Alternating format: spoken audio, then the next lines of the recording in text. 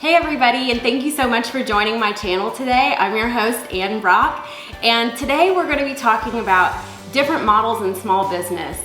Today's topic is going to be about how to create a bakery from your house, if you've ever wondered how to do that, and we're going to talk about cottage law. Cottage law was actually developed not that long ago to allow bakers to sell their goods from their house legally.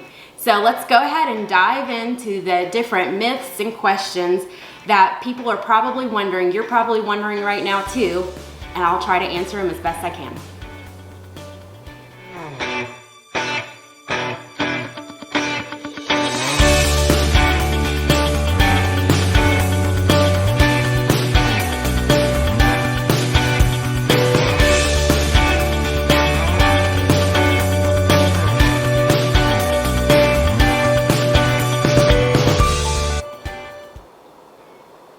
So maybe you're trying to find something to do from your house to be able to make money, whether it's a full-time job or it's a side hustle.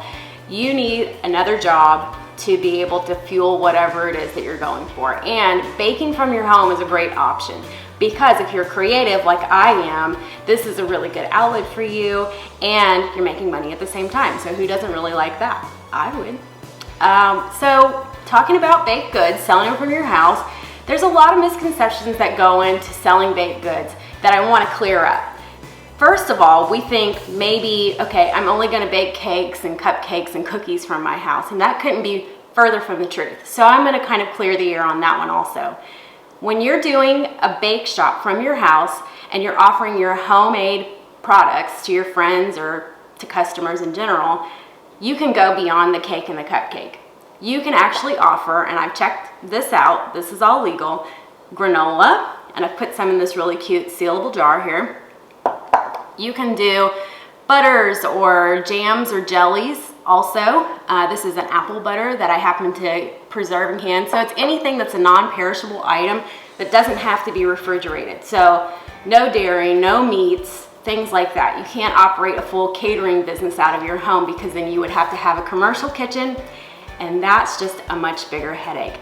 They actually created cottage law for people to help them get their baking businesses off the ground faster. Then it doesn't cost all of the overhead that it normally would when you're trying to operate from a commercial kitchen. So this is a really great opportunity as they kind of expect as you grow that you might go into that model later on, but this is a really great opportunity that offers flexibility if you have kids you need to stay at home with, and it's really a lot of fun too.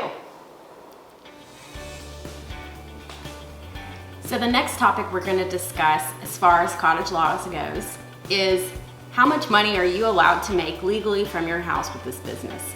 So, and that's a really big key factor for running a business. We all want to know, show me the money. So I looked up and it actually varies from state to state. And this law was actually put into effect really not that long ago. It's been it's less than 10 years that it's been activated. So there's actually one state that still hasn't jumped on the bandwagon, and that's New Jersey. So state to state varies. You need to check with your state law by looking up your cottage law for your state, but some states are completely unlimited on the amount of money that you can make, while others will put a cap on $50,000 and some as low as $15,000, which would kind of put it in the hobby category. You wouldn't really want to do that as a full-time job. But between $50,000 and unlimited, that's pretty amazing. So make sure you check with your state to see what those limitations are. Now, do you have to pay taxes on these goods that you're selling? And the answer is yes. Anytime you have a legal business, you have to pay sales tax on that. And I know that's really kind of not the fun part of running a business, but we have to pay our part. So the answer is yes.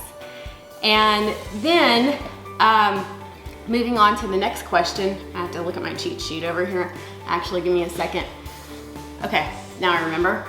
Are you allowed to ship goods? Because we live in a day and age where we want everything instantly given to us. And we might want to pursue, can I ship? Well, unfortunately, the answer to that is no, you can't ship your goods.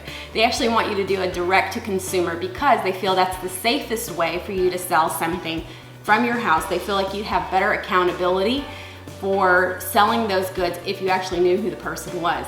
So it's kind of funny, the thought process that's gone behind this law while they think about it. So you definitely want to make sure that you are following these guidelines and you're running with the laws that they've put in place to keep everyone safe.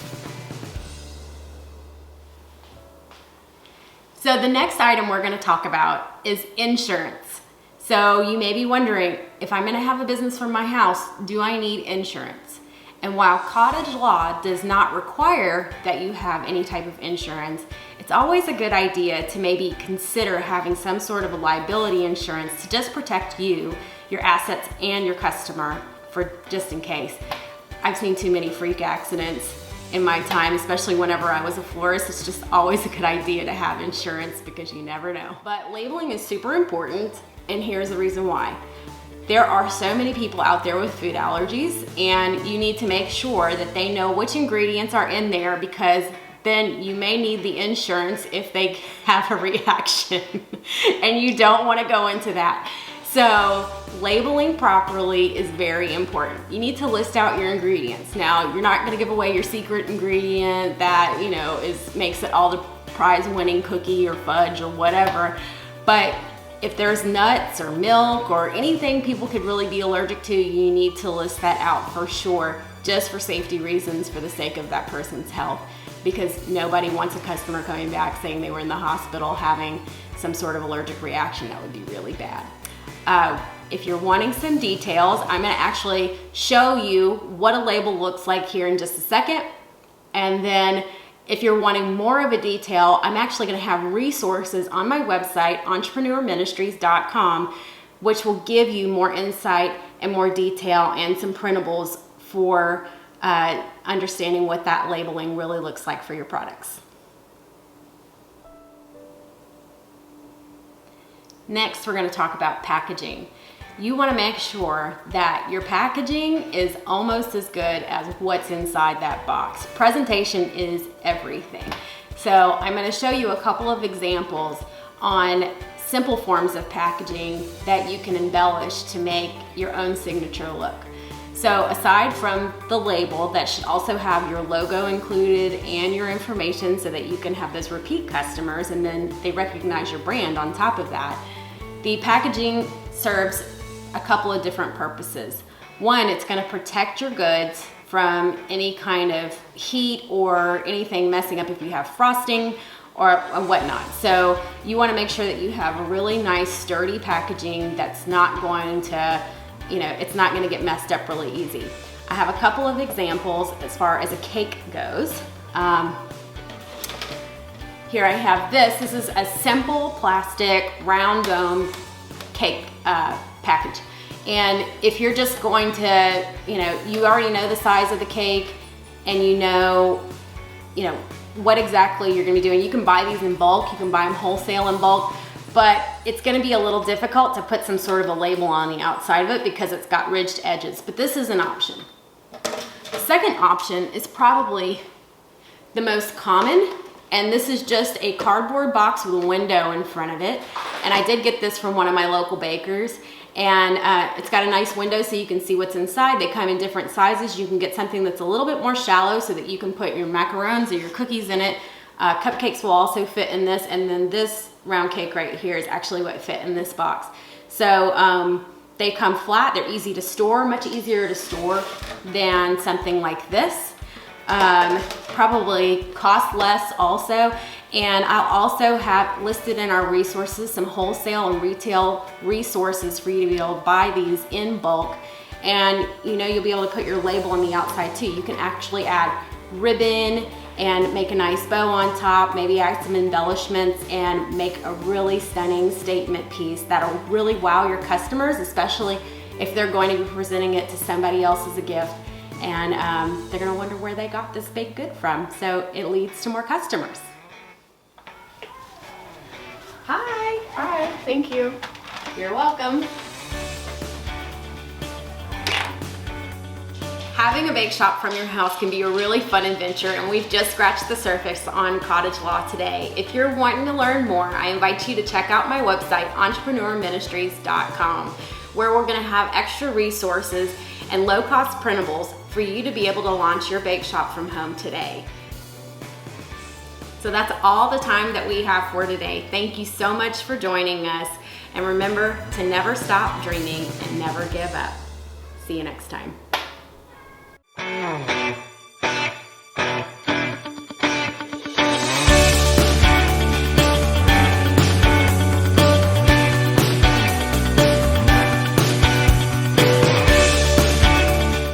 This is all the time that we have for right now, and we're going to dive into other topics later on, and I hope that you'll join us. If it was so close. Well, we're going to dig deep into the topic of cottage law. It's a law that was passed not that long ago that allows you... Really, Chris? Did you record it? Are you recording?